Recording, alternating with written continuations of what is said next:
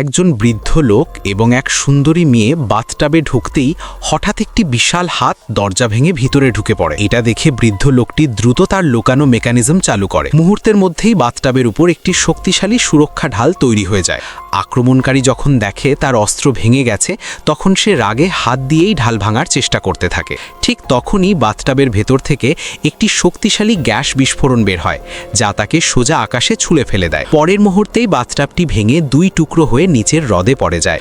ভালো বিষয় হলো বৃদ্ধ আগেই সেফটি এয়ারব্যাগ প্রস্তুত করে রেখেছিল, যার কারণে তারা দুজনেই বেঁচে যায়। কিন্তু আক্রমণকারী এত সহজে হার মানার পাত্র ছিল না। সে গোপনে একটি জ্বলন্ত ট্রেন চালিয়ে সরাসরি ভিলার দিকে নিয়ে আসে। বিপদ বুঝে বাড়ির মালিক দ্রুত সুরক্ষা ঢাল চালু করে এবং তার তৈরি বিশেষ ফায়ার এক্সটিংগুইশার দিয়ে ট্রেনের উপর স্প্রে করতে থাকে। কিন্তু স্প্রে লাগতেই ট্রেনটি জমে বিশাল বরফের মূর্তিতে পরিণত হয়। সে একটু স্বস্তি পাওয়ার আগেই হঠাৎ তার সঙ্গীর আতঙ্কিত কণ্ঠ শোনা যায়। সার্ভেলেন্স স্ক্রিনে দেখা যায় অনেক অস্ত্রধারী হামলাকারী দ্রুত ভিলার দিকে এগিয়ে আসছে।